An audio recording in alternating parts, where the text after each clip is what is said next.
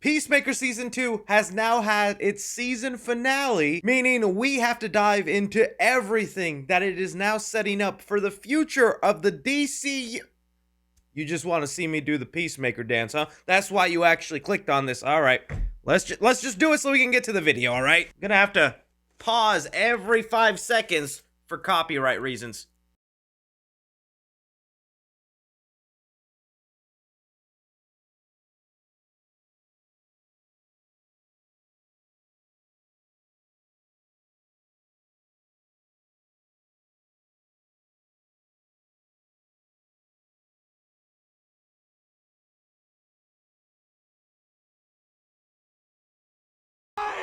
Okay, enough about that. We have a lot of stuff to talk about with this Peacemaker Season 2 finale, because as James Gunn promised, this finale does set up the future storyline, the bigger picture for the DCU. So I'll definitely be diving into that and what that could mean for the next Superman movie, Man of Tomorrow. But first, I want to start off with just my overall thoughts on Peacemaker Season 2, because that finale, I thought was actually very underwhelming. Yeah, overall, I'm still gonna say I really liked Peacemaker Season 2, and I think for the most part, the show is on par with Season 1. Like, this entire storyline they had of Chris feeling just so worthless in his own universe, seeking out this other parallel world, blatantly ignoring any signs of it being evil, like a giant Hitler mural. That was still so hilarious that he never caught that. I thought it led to not only an interesting storyline, but an emotional one for Peacemaker. John Cena really showed off his range and had a lot of good moments. Even the stuff with Peacemaker, if they somehow decide to explore that more in the future with like his brother coming back from that dimension to seek revenge, that'd be a storyline I'd love to see, and again, it would hold a lot of emotional weight. Also, even just following the season episode by episode, it was great going online and seeing people's theories and things they would catch. It really reminded me to like the height of like the Marvel Disney Plus shows, when everybody would be talking about it when an episode came out. That does not happen now with modern Disney Plus shows, but it is happening in the DC universe, and that's a big win. But okay, all that stuff said, when it came to the final episode, not gonna lie, that was a very weird and almost filler-like episode of a show. I think a lot of my complaints with this final episode is that I think it was supposed to be another 30-minute episode, but because so many fans were complaining to James Gunn that the last 2 episodes were so short, he just decided to fill in all the deleted scenes, all the extra bits of dialogue, and was like, all right, here, have a long episode, when the episode itself, story-wise and everything it was wrapping up, was not needing to be an hour long. I'm glad they wrapped up some story stuff, and I think mainly the things they did with Peacemaker and Harcourt really worked, but then there were other scenes that felt so unnecessary, and I was really then starting to feel some of the negative stuff that James Gunn does, like his overuse of music in scenes. It was honestly becoming such an ear sore during this episode where I'm like, this is just a music video? We're just playing songs randomly now? It even got to a point in some moments in that finale where they were trying way too hard to have these emotional moments where I'm like, you successfully had that in other episodes. Now it feels like you're forcing on these like sit down and talk moments where it's like, this isn't you, Chris. You're better than this. And it really just made the episode feel so uneventful, aside from the setups to the DCU. I didn't need it to be a big cameo fest, and that's not at all why I was disappointed. I would still feel this way about this episode if Blue Beetle or Booster Gold showed up. But James Gunn is still true to his word. He's only including cameos if they're necessary to the story. And that episode where we had Nicholas Holt's Lex Luthor step in, that was a great moment of a natural fit within the story. It was awesome to see him be part of the show and didn't feel like a cheap fan service moment. So again, although I think the finale was kind of underwhelming and stretched out, still like season 2 as a whole. Now getting into the setups and what this means for the rest of the DCU. So by the end of this season, we now know Rick Flag has access to the QUC, this portal device that allows him access to different doorways, where he was really just looking for one door that led us into an inhabitable planet. A place that he was hoping he could just send criminals and metahumans with superpowers to this distant world and keep them away from ours. I know some people are kind of mixed on Frank Grillo's Rick Flag Sr. I'm kind of okay with what they're doing. It seems like they're definitely leaning him more towards a darker side, but that all makes sense with the loss of his son. Plus, his vendetta and big fight with Peacemaker, I thought was actually a highlight of the season, especially the part where he just freaking kicked John Cena.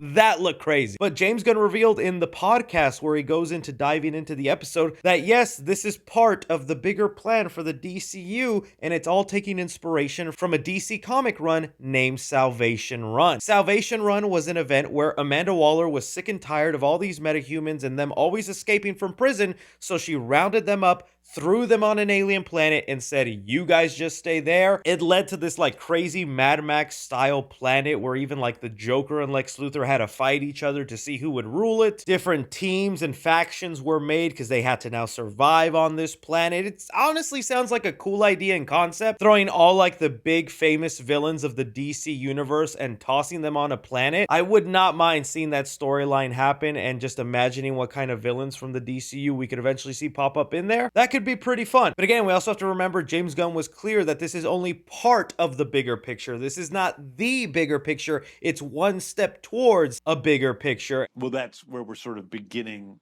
are part of our larger story in the DC. And that's when fans started really digging into what happens after Salvation Run or what it sets up. And well, in the comics, it's revealed that this alien planet isn't uninhabited. It actually is filled with some sort of creatures, and we do get a hint of that at the end of Peacemaker where he's looking around and starts hearing almost these dinosaur-like noises. It gets revealed in the comic that this planet is actually a testing ground for Darkseid's parademons. Yeah, those crazy looking things that showed up in the Zack Snyder universe. This is where they get sent to be trained and become these vicious creatures. Now all these DC villains are about to be on a planet where Darkseid just throws in his minions. That might actually end up being the clue right there. We might be leading to Darkseid if this is only part of the bigger plan that James Gunn is leading toward. That still makes sense to me. Just because Zack Snyder was leading towards Darkseid, it doesn't mean James Gunn can't do his own version of that. I mean, that's one of the biggest DC villains. It'd be kind of crazy if they never do Darkseid. So I'm okay with it. I just hope we actually get to that point. But I am curious though,